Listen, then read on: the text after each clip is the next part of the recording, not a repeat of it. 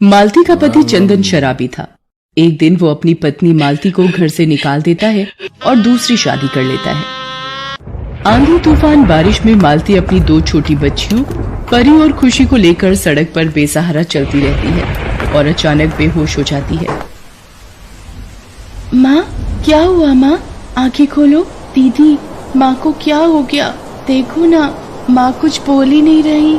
खुशी, तू माँ के पास ही रुक, मैं किसी को मदद के लिए बुला कर लाती हूँ। परी आसपास के सभी घरों के दरवाजे बजाने लगती है। आंटी जी, मेरी मदद करो ना, मेरी माँ बेहोश हो गई है और वो कुछ भी नहीं बोल रही है। चल जा यहाँ से, पता नहीं कहाँ से आ जाती है उठकर। परी जिसके भी दरवाजे पर मदद के लिए जाती, लोग अपना दरवाजा बंद कर लेते। परी रोने लगती है और वापस मालती के पास आ जाती है। खुशी, कोई भी हमारी मदद नहीं कर रहा, अब हम क्या करें? तभी परी को सामने एक चाय की दुकान नजर आती है। वो वहाँ जाकर मदद मांगती है।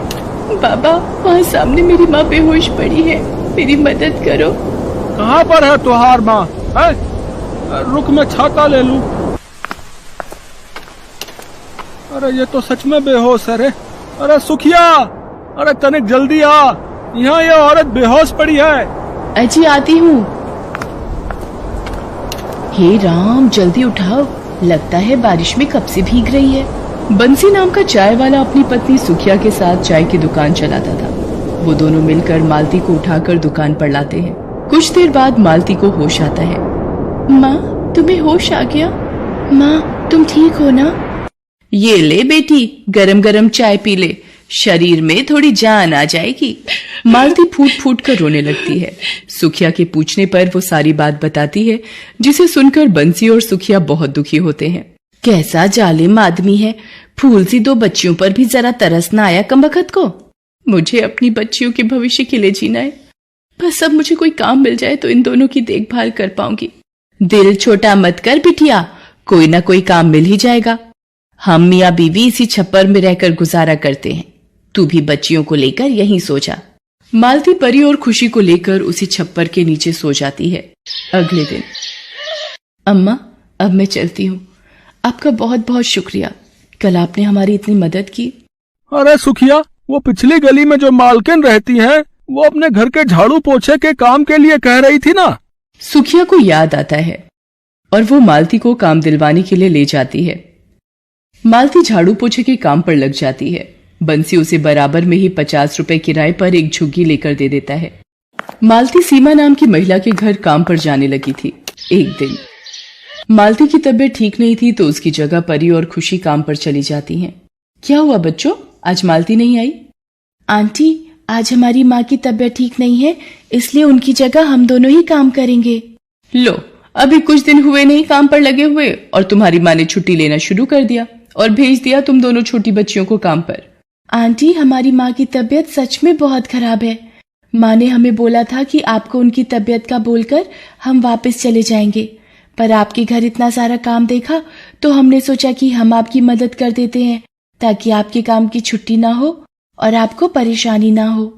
ये सब सुनकर सीमा चुप हो जाती है और दोनों बच्चियों को काम समझा देती है। परी और खुशी अपने छोटे छोटे हाथों से बर्तन, झाड़ू पोछा सारा काम करने लगती हैं। तभी, राखी बेटा, ये अपना पिज्जा ले लो, आ गया है। वाओ मम्मी, पिज्जा, ये तो बहुत ही टेस्टी है। Love you mummy. सीमा और उसकी बेटी राखी पिज्जा खाने लगती हैं। परी और खुशी ने सुबह से कुछ भी नहीं खाया था।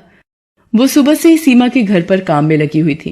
पिज्जा को देखकर खुशी परी से बोली, दीदी, मुझे भी भूख लगी है, मुझे भी कुछ खाना है। खुशी, हमारा काम बस थोड़ा सा ही रह गया है, फिर हम घर जाकर माँ के साथ रोटी खाएंगे। अगर हमने यहाँ पर काम नहीं किया तो ये माँ को काम से निकाल देंगी। परी और खुशी सीमा के घर का सारा काम करके भूखी प्यासी वापस आ जाती हैं। मालती को जब पता चलता है कि परी और खुशी ने कुछ भी नहीं खाया और वो सारा काम करके लौटी हैं, तो अपने गरीब बच्चों की भूख का दर्द उनके चेहरे पर देखकर मालती खूब रोती है। थोड़ा बहुत आटा रखा होता है, मालती उसकी रोटी बनाकर परी और खुशी को खिलाती है। सुबह से काम पर गई थकी हुई परी और खुशी सो जाती हैं। अगले दिन मालती काम पर जाती है। क्या हुआ राखी बिटिया, आपकी मम्मी कहाँ है? मालती आंटी, मम्मी बाथरूम में गिर गई थी, अब उठ भी नहीं पा रही हैं और पापा भी घर पर नहीं है। आंटी देखो ना मम्मी को क्या हो गया। मालती सीमा को बिस्तर पर लिटाती है और पड़ोस में ही एक डॉक्टर का क्लिनिक था, उन्हें बुलाकर लाती है। अचानक गिरकर ठोकर से इनकी गर्दन में खिंचाव आया है, टोटल बेड रेस्ट करना होगा सीमा जी को। राखी रो रही थी। मालती उसे चुप कराती है और डॉक्टर की बताई दवाइयां सीमा को खिलाती है। राखी ये सब देखकर घबरा गई थी, इसलिए मालती परी और खुशी को राखी का ध्यान रखने के लिए बुला लेती है। सीमा के पति अनिल का फोन आता है। सीमा, मैं परसों की फ्लाइट से वापस आ जाऊंगा, तब तक तुम मालती को ही अपने पास रोक लो। 2-3 दिन तक मालती सीमा का बहुत ध्यान रखती है। परी और खुशी भी राखी के साथ खेलती रहती थी। अनिल भी वापस आ जाता है। अब मालती सुबह से शाम तक सीमा की देखभाल करती थी। धीरे धीरे सीमा ठीक हो जाती है। एक दिन, राखी बेटा, ये तुम्हारे लिए पिज्जा और बर्गर लेकर आया हूं, आ जाओ जल्दी से खा लो। वाह पापा, आज इतने दिनों के बाद मैं ये पिज्जा और बर्गर खाऊंगी। मम्मी की तबीयत खराब थी तब से नहीं खाया। राखी पिज्जा खाने लगती है। सीमा को वो दिन याद आ जाता है जब एक बार परी और खुशी काम पर आए थे। तब उसने पिज्जा मंगवाया था और उन दोनों बच्चियों को भूखा ही घर भेज दिया था। आज उसे अपनी गलती का एहसास हो रहा था। उसे गरीब बच्चों की भूख को उस दिन पहचानना चाहिए था। परी, खुशी, दोनों इधर आओ मेरे पास।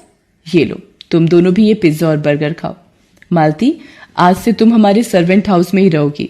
परी और खुशी अब भूखी नहीं सोएंगी। तुमने मेरे लिए इतना कुछ किया, अब मेरी बारी है। उस दिन से मालती परी और खुशी के साथ सीमा के घर में ही रहने लगी।